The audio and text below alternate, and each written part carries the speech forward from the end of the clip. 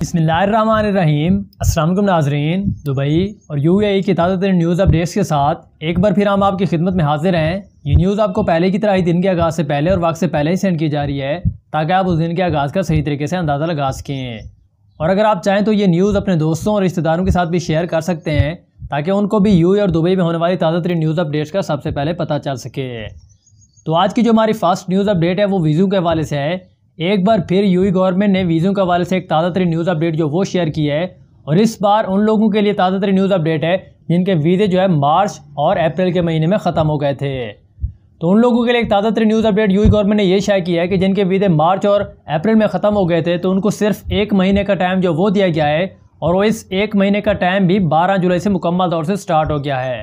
इसका मतलब ये है कि 12 जुलाई से अगर आपका टाइम जो वो स्टार्ट हो चुका है तो आपका 11 अगस्त तक टाइम जो है वो बनता है या 12 अगस्त तक टाइम जो है वो बनेगा। तो उस दौरान अगर आपने अपने वीज़े को एक्सटेंड ना करवाया या उसकी डेट जो है वो ना बढ़वाई तो आपका वीज़ा जो इलीगल शुमार किया जाएगा और आपको उस पर जुर्माना भी हो सकता है। मोस्टली लोग जो है इस बारे में बहुत ही गलत न्यूज़ जो है वो शेयर कर रहे हैं, लेकिन अगर आप चाहें तो अथॉरिटी की ऑफिशियली न्यूज़ जो है ख़ुद भी सर्च कर सकते हैं इस बारे में। तो इसकी मुकम्मल इन्फॉर्मेशन जो है वो भी हम आप लोगों से शेयर जो वो करते हैं। तो इस बारे में उन्होंने कहा है कि जिनके वीज़े मई में मियाद जो है वो ख़त्म हो गई थी उनको 8 अगस्त 2020 से कबूल करना जो वो शुरू किया जाएगा। और इसके बाद उन्होंने कहा है कि जिनके वीज़े शनाख्ती कार्ड जून में ख़त्म हो चुके हैं और 11 जुलाई के दरमियान जो वो ख़त्म हो चुके हैं तो उनको 10 सितंबर 2020 से दरख्वास्तें जो है उनकी भी कबूल की जाएंगी।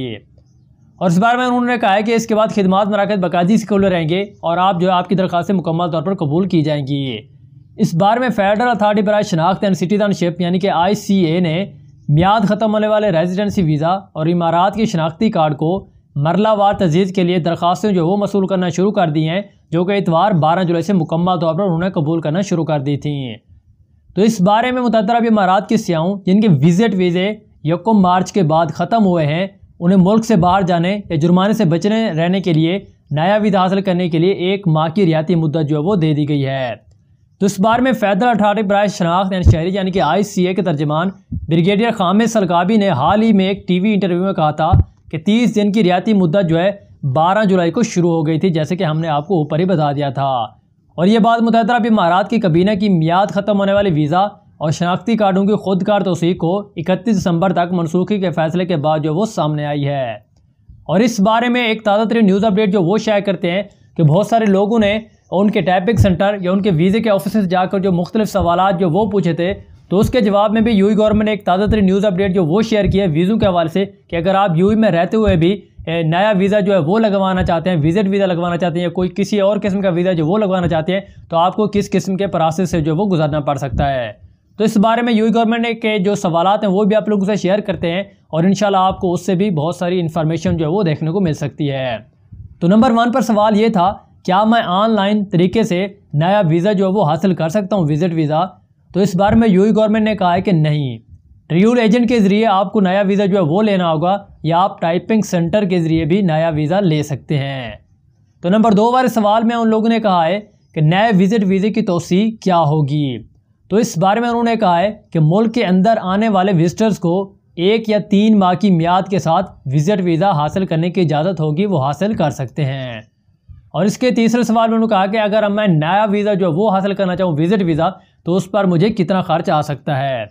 तो इस बारे में उन्होंने एक ताज़ा तरीन न्यूज़ अपडेट जो वो शेयर किया। उन्होंने कहा कि 1 माह के मियाद वाले वीज़ा जो है आपको 1700 दिरहम के जो करीब पड़ सकते हैं, जबकि 3 माह की मियाद वाले वीज़े 2200 दिरहम के करीब जो वो आपको पड़ सकते हैं। आपको इसमें याद रहना चाहिए कि 670 दिरहम जो है मुआवजा इसलिए वसूल किया जाता है कि आपने मुल्क छोड़े बगैर ही यूएई के अंदर ही नया वीज़ा लगवाने के लिए एप्लीकेशन जो वो फिल की है, इस वजह से।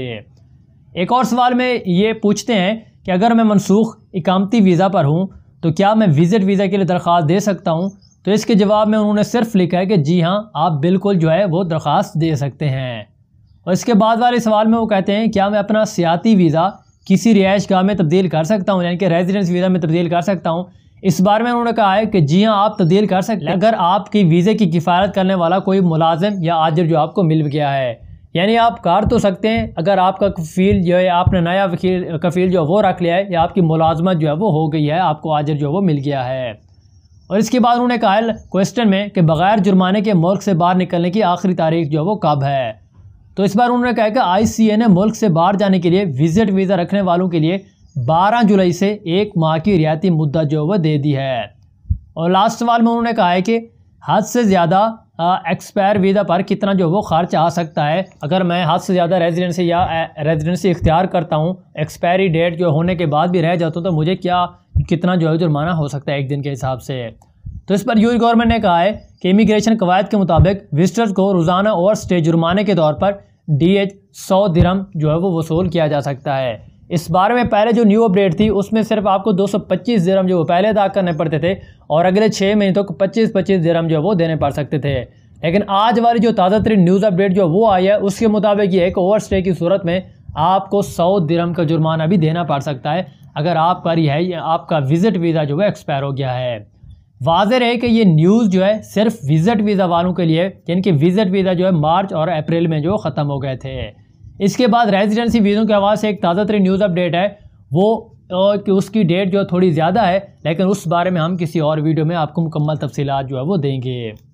तो इसके बाद नंबर 2 पर बात करते हैं कि यूएई गवर्नमेंट ने एक ताज़ा तरीन न्यूज़ अपडेट जो वो शेयर की है कि अगर आप जो है करंतना में रहते हैं, उसकी खिलाफ वर्जी करते हैं, तो आपको 50,000 दिरहम का जुर्माना भी हो सकता है। तो इसकी जानिब से ताज़ा तरीन न्यूज़ अपडेट्स के मुताबिक उन्होंने कहा है कि मुतअद्दिदा अरब इमारात के वापस आने वाले शहरियों को अगर वो मुल्क के लाजमी संगीन कवायद की खिलाफ वर्जी करते हैं तो उन्हें 50,000 दिरहम का जुर्माना भी देना पड़ सकता है।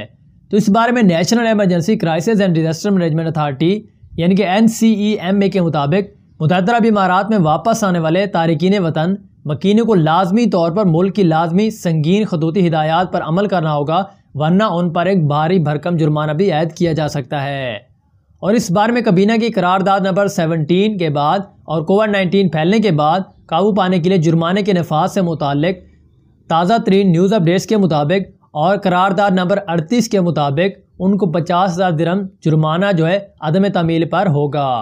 और इसके अलावा भाई घर के क्वारंटाइन हिदायतनामे के मुताबिक अगर उन्होंने घर के घरेलू क्वारंटाइन की खिलाफ वर्जी की, अगर उनको करंतना घर जो है वो अख्तियार करना पड़ गया है और वो घर के अंदर हैं, फिर भी उन्होंने खिलाफ वर्जी की, तब भी उनको जुर्माना जो वो हो सकता है। और इस बार में यूएई गवर्नमेंट ने एक और भी न्यूज़ जो है वो दी। उन्होंने कहा कि जो हेल्थ प्रोटोकॉल के मुताबिक दोबारा टेस्ट देने से इनकार करते हैं, उनको भी इन इक़दामात से नाफिज़ जो वो किया जाएगा, यानी कि उनको भी जुर्माना जो वो हो सकता है अगर वो इनकार करते हैं। तो इसके बाद नंबर 3 पर अबू धाबी के रैपिड कोरोना टेस्ट के बारे में एक ताज़ा तरीन न्यूज़ अपडेट जो वो शेयर करते हैं। तो इस बार अबू धाबी गवर्नमेंट ने कहा है कि बॉर्डर पर 50 दिरहम कोविड-19 टेस्ट जो है सिर्फ और सिर्फ फैमिलीज़ के लिए है।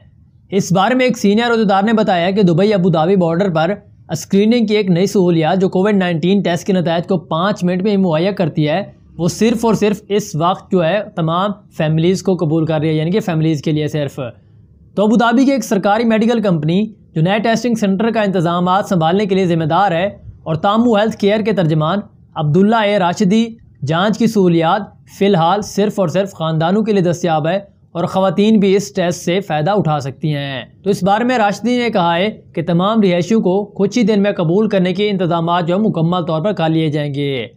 और मंगल के बाद से सैकड़ों अफराद मरकज़ी शाहरा के नज़दीक वाक़े घनकोट बॉर्डर चौकी के सामने वाक़े खैमे पर जाकर टेस्ट लेने के लिए आए, जिसकी कीमत सिर्फ और सिर्फ इस वक्त 50 दिरहम के करीब जो वो रखी गई है।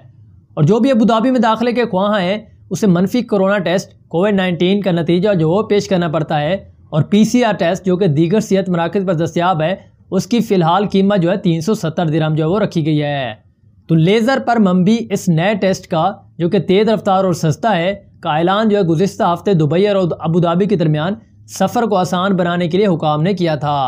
इस बारे में राशिदी ने मज़ीद कहा है कि हम फ़िलहाल खसूसी तौर पर अहले खाना की देखभाल के लिए एक नया खैमा जो है वो बना रहे हैं और हम उम्मीद करते हैं कि ये कल तक तैयार हो जाएगा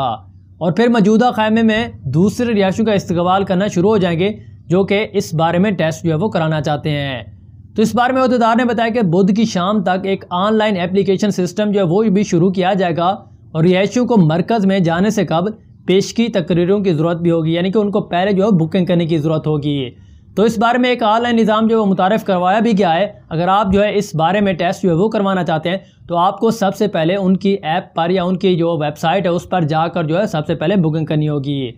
तो ये थी हमारे पास दुबई और यूएई की ताज़ा तरीन न्यूज़ अपडेट्स। ये उसका पार्ट 1 था। अगर आप पार्ट 2 जो वो देखना चाहते हैं तो पहले की तरह इस वीडियो के डिस्क्रिप्शन में जाकर आप पार्ट 2 वाली न्यूज़ भी इजी तरीके से देख सकते हैं।